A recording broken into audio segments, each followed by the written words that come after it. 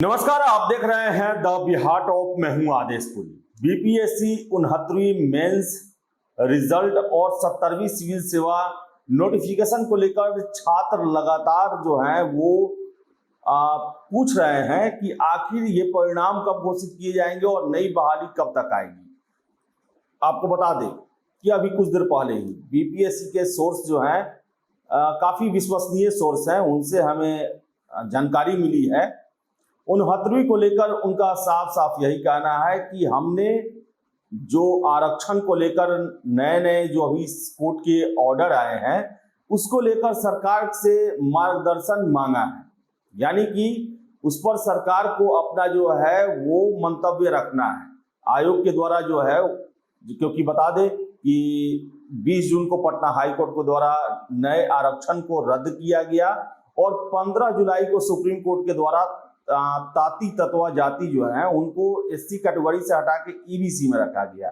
तो ऐसे में सरकार से मार्गदर्शन का जरूरत होता है आयोग को, और आयोग के द्वारा बता दें आपको हम कि इसको लेकर पत्र लिखा गया है सरकार के पास। सरकार से अभी तक जवाब नहीं मिला है और जो सोर्स है उनका सीधे कहना है कि अगर हमको आज मिल जाएगा हम कल रिजल्ट दे देंगे।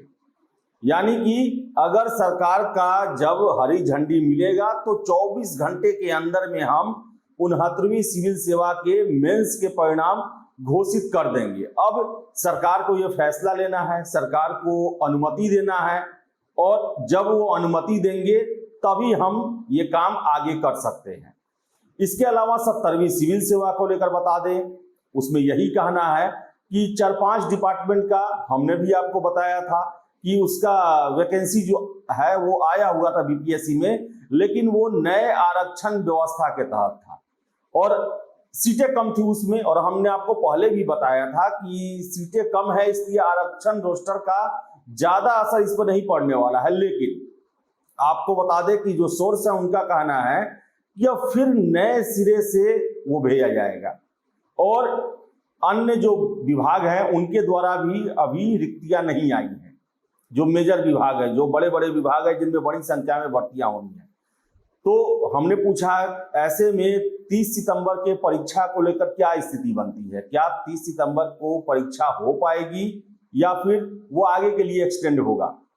तो आपको बता दें कि जो हमें जानकारी मिली है, जो बताया गया है कि अगर 10-12 अगस्त मैक्सिमम 15 अगस्त से पहले अगर हमको अधियाचना मिल जाता है, एक निश्चित संख्या में अधियाचना मिल जाता है, सीटों की संख्या अच्छी खासी हो जाती है और सरकार ये मान के चलती है कि हाँ इतना ही बहाली हमको इस 70वीं सिविल सेवा में करना है, तो अगर हम 15 अगस्त तक आ जाता है नोटिफिकेशन अधियाचना हमारे पास, तो परीक्षा 30 सितंबर को ही होगी।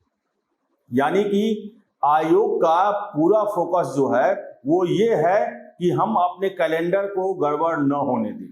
अलग बात है 69वीं चूंकि आरक्षण का मामला था और इसमें फैसला जो है सरकार को लेना है, बीपीएससी के हाथ बंधे हुए हैं, इस कारण से वो 31 जुलाई को रिजल्ट नहीं जारी कर पाए और अभी तक सरकार के मार्गदर्शन का इंतजार कर रहे हैं।